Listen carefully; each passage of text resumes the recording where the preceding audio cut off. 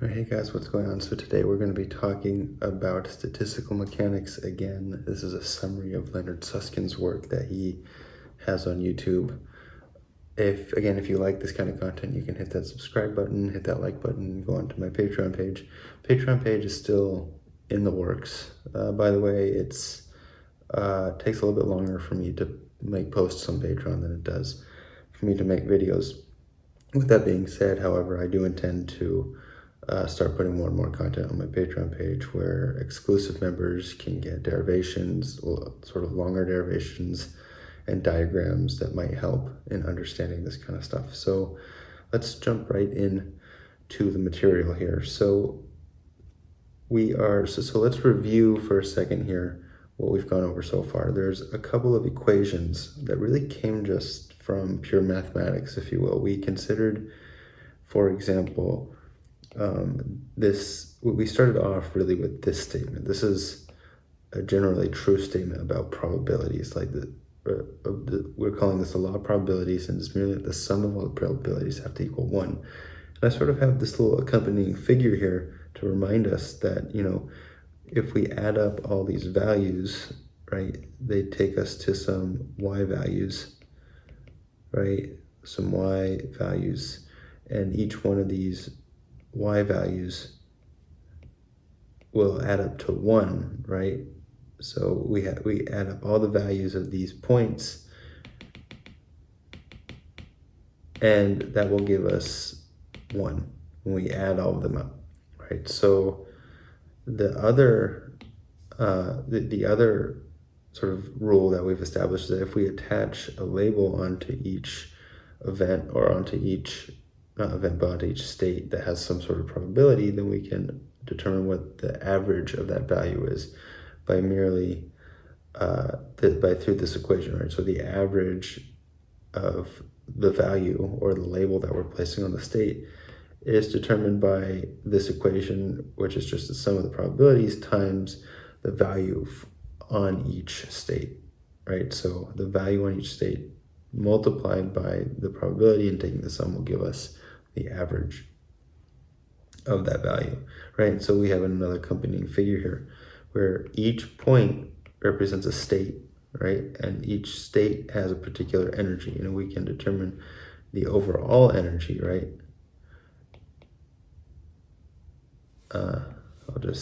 So from like all of these energies, we can get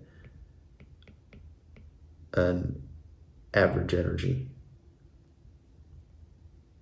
And then we came up with this equation, which was a little bit longer, perhaps a little less intuitive, but we've managed to derive this mathematically also, which is really just the number of states in terms of the probability. So we were able to say, well, if we had 4 states, right, in the case of coins, right, where we have heads, heads, heads, tails, tails, heads, or tails, tails, that's 4 states. So the log of 4, right, so this is gonna be a 4, is going to equal this, right? And we derived this in one of our earlier videos also. Let's move on now to talking about some new content. So with these in mind, we always want to have these at the forefront of our mind.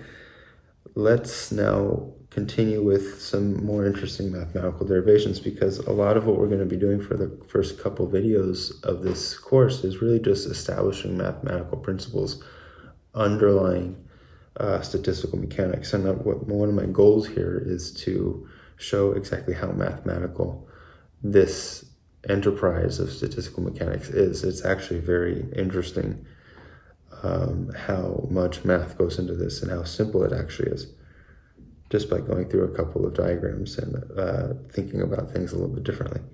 Anyways, let's consider we have 3 states, right? So we have heads, tails, tails, heads, and tails, tails. We're omitting heads, heads for a second, and I'll show why. But so say we have 3 states, right? Each one has some energy to them, right? So these 2 have 3 joules of energy to them. Again, this is just a label, right?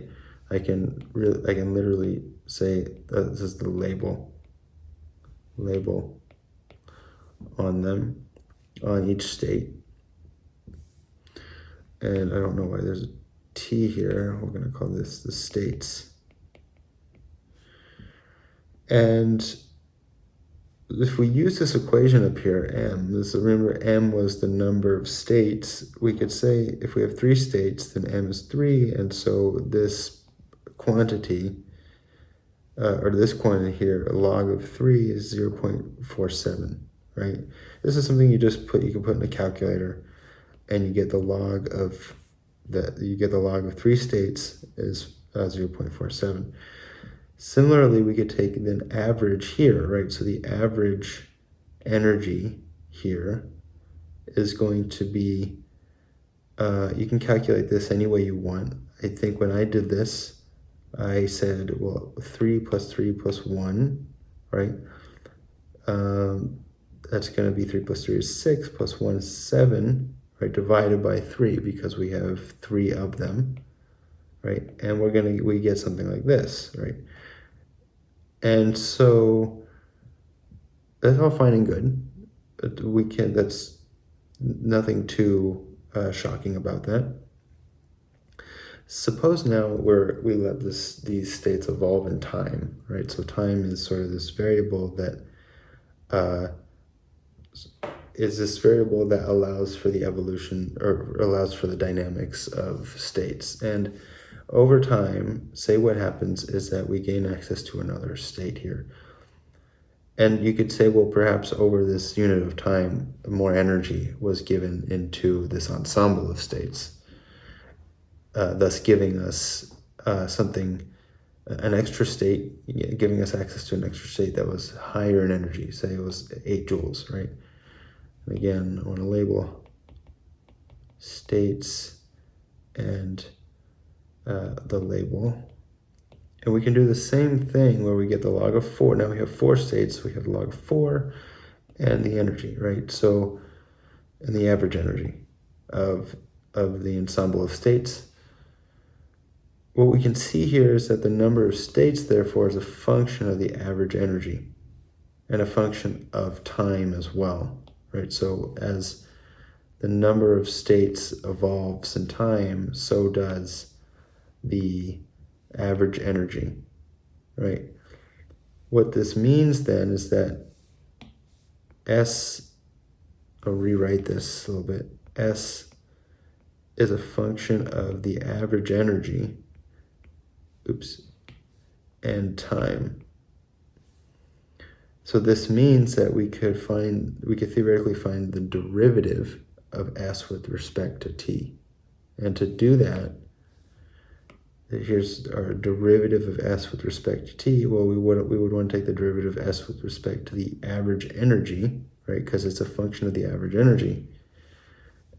And then we would want to take the derivative of the average energy with respect to time, because theoretically then these two guys would just cancel out. And we would get the derivative of energy with respect to time. And so to do that, I'm just taking this here example, right? So plugging in these numbers,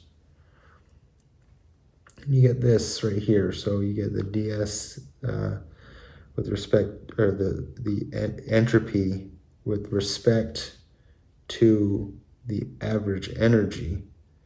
And this is going to give us some number, right? This is interesting, right? So we can say that, okay, this is some constant, okay?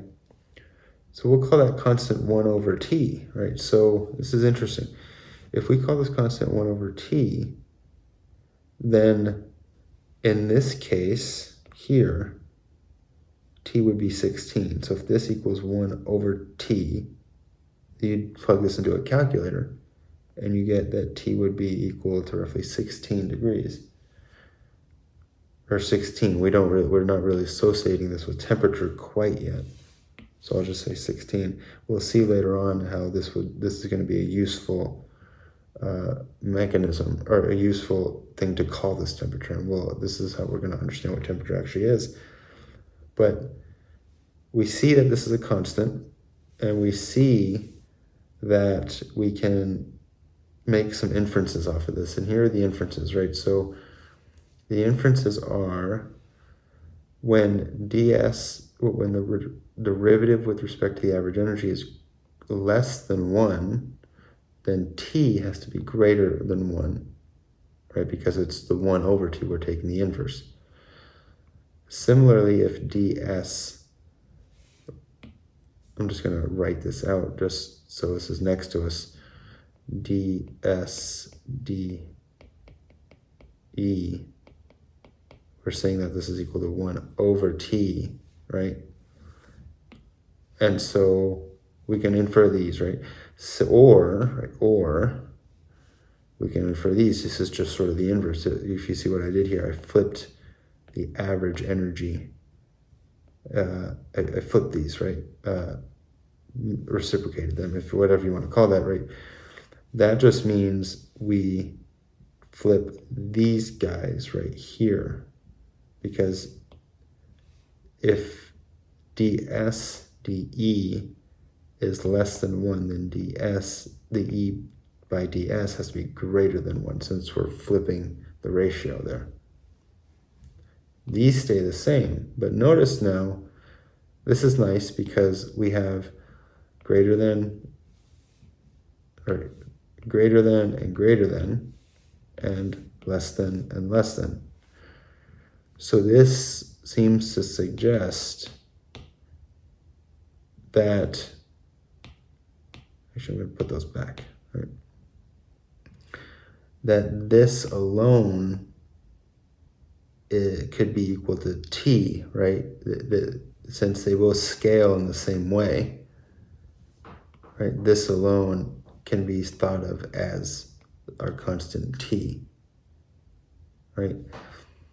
So what exactly does this mean, right? So this means, if we were to sort of conceptualize this, so again, this here is our label, right? This here is the label that we put on the states, and this ds, right? This was the number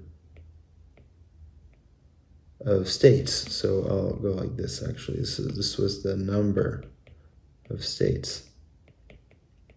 That was our log m, right? From over here, right here.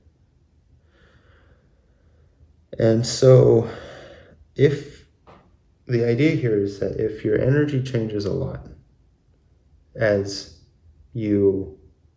if your energy changes a lot as you increase the number of states, or as you change the number of states, if the average energy changes a lot, then the temperature is going to be larger. Whereas if the average energy doesn't change by a lot as you increase the number of states, then the temperature is going to be lesser. And so essentially what we're saying here is that if we have high variability in the label with respect to the number of states, then the temperature is going to, or T is going to be large. So T in some sense is an object. It's a mathematical, we can think of it as a mathematical object that changes, and the change in that mathematical object is representative of how fast our label on each, our label, or the average of our label, right? So we take we take a bunch of states, okay? We have labels on each state. We have, therefore, an average label, okay? And then we're saying that if the average changes by a lot as we change the number of states, the average changes by a lot as we change the number of states, then that's going to define a large temperature, right? And likewise, it'll define a small temperature if the energy does not change by a lot. So this is sort of a different way of thinking about temperatures. So when we scale the number of states up and down, and we look at how the energy is changing as we do that scaling. That's going to be, that's an interesting way of looking at temperature, and we'll see that this is something of an accurate way of looking at temperature, right? And it might, I might be interested in going into this a little bit deeper on perhaps a physiological standpoint, just to sort of investigate how, for example, receptors work. Because again, my interest is really in biophysics. I have a lot of interest in biophysics, and it might be interesting to take a look at, or at least investigate, how this kind of thing, right? How the average change, or how the change in the average of a label is detected by some temperature receptor or something like that. That might be something interesting to investigate. Anyways, I digress. So here's our picture, right? So we went from an average energy here to a different average energy, and the temperature sort of mediated that difference, right? So the temperature is a means by which we can access more states. And here's just a picture. I was talking about receptors, and this in sort of a biophysical context for a few seconds. We can think of perhaps the temperature again, where we have here sort of our average energy here, and we have an average energy here. These two averages are different from one another. And if I were to have a lot more possible states in this configuration, then we can think that perhaps the receptors, this isn't something that Leonard Susskind talks about, by the way, this is just something that I'm sort of interested in. We can think about how the receptors detect this change in the average. Because you could think of a bunch of particles hitting the receptor within a certain amount of time. And the receptor sort of detects the number of collisions, perhaps. Again, this is something that hasn't really been investigated as far as my knowledge goes, but it could be something interesting and something worth investigating. After all, a Nobel Prize was awarded in this, in temperature conduction not too long ago, on the part of receptors. But anyways, I digress a little bit more. This stuff is very interesting to me, especially when we're thinking about it in different contexts. And yeah, so that's what I have for this video. And if you like this kind of video, hit subscribe, hit like, and visit my Patreon page if that's something you're interested in. So I will see you guys in the next one. Bye.